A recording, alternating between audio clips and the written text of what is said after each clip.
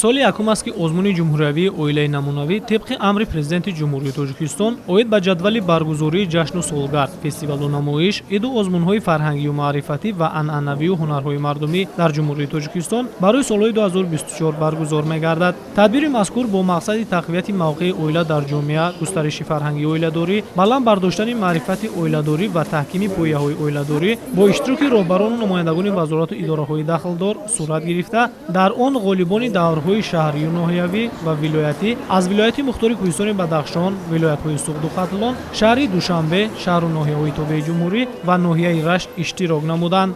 Зимни намоиш дастовардҳои меҳнатӣ, медалу ифтихорнома ва мукофотҳои давлатии иштирокчиён ба намоиш гузошта шуд. Муовини сарвазири ҷумҳурии Тоҷикистон Дилрабо Мансурӣ оид ба таҷрибаи зиндагӣ, шарту шароити оилавӣ ва меҳнату заҳмати содиқона ба халқу миллат бо онҳо суҳбат анҷом доданд. аз соли 1970 оила барпо кардем.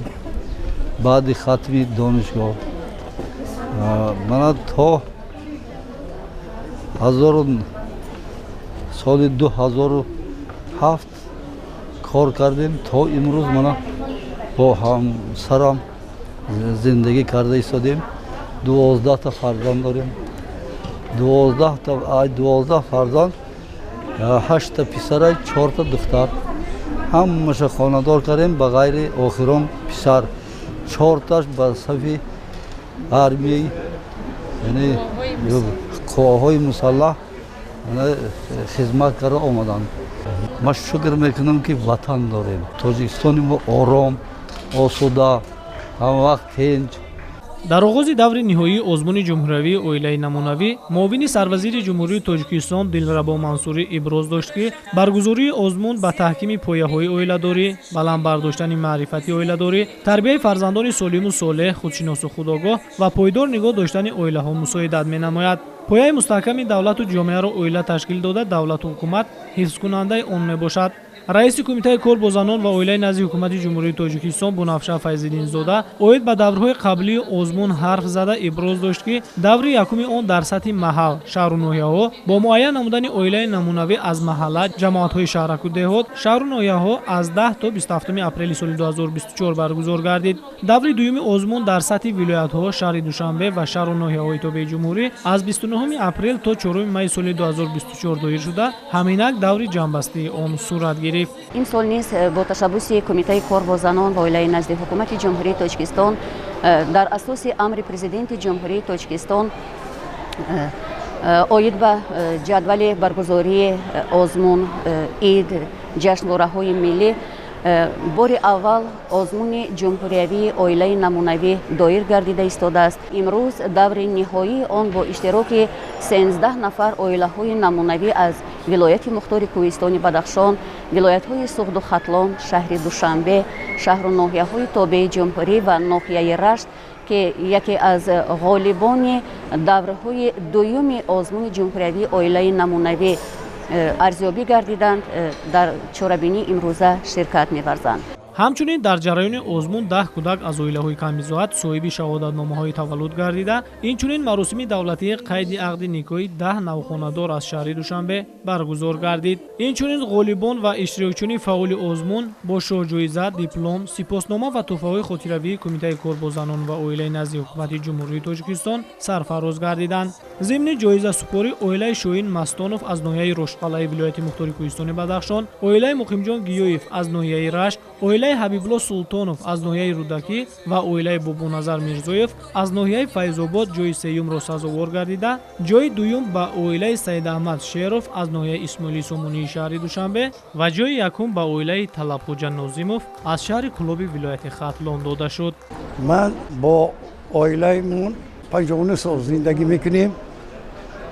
хоб дорои 5 фарзанд ҳастем. ҳамаи фарзандои мо илми олӣ дорад, дар соҳаи хоҷагӣ халқ кор мекунанд. ҳаминро гуфтанӣ ҳастам ки тамоми ҳаёту фаъолияти кори ман, мисол ҳамчун ман 63 сол собиқаи корӣ дорам. аз муаллими оддӣ саркарда то сардори идораи муориф то раиси дастгоҳи ҳукумат кор кардам. ман дар соҳаҳои гуногуни соҳа кӯтоҳ кунем. муаллима Майрам Собирно 60 сол дорад. умуман дар оила موفق شدن این بسیار کاری بزرگ و کاری وای است و برای آنکه با عائله نمونوی شوید. من مردم تاجیکستان همش عائله نمونوی حساب میکنم، لیکن باز عائله های هستن که اینا یک مکتب هستند برای عائله های دیگر. شکر که ما همین را اثر گذروندیم در تعلیم و تربیت عمر. این در دو ساحه کار کرد، ساحه طب و ساحه آموزگاری. من در ساحه آموزگاری، در ساحه راهبری، در ساحه تربیه. یعنی که نه اینکه ما عمر خودم رو در تربیه فرزندان، ما در تربیه مردم هم حصه گذاری کردگی هستیم. غالبان آزمون از روی معیارهای زیرین همچون اویله نمونوی در محل زیست، سالمی اویله در مناسبت‌های اویلوی و تربیه درست، سهم اویله در آبادانی خانه، کوچه، شهرک، محله، دهات و جماعت، اشتراک اعضای خانواده در کارهای جمعیتی و فردی، نقش اویله در حفظ ارزش‌های فرهنگی ملی، شرایط مساعد مهیا گردیده برای تعلیم و تدریس فرزندان، زباندانی و اشتراک آنها در آزمون‌های جمهوریوی، چاره‌بینی‌های فرهنگی و ورزشی، جلب فرزندان با خدمت وطن مادر، سهم اویله در پیشگیری عامل‌های نامطلوب جامعه معین گردیدند. همین طور با گرفتن شاهجایزه آزمون، اویله عاقلبای گدایف از شهر استقلالی ولایت سوخت سزاوار گردید.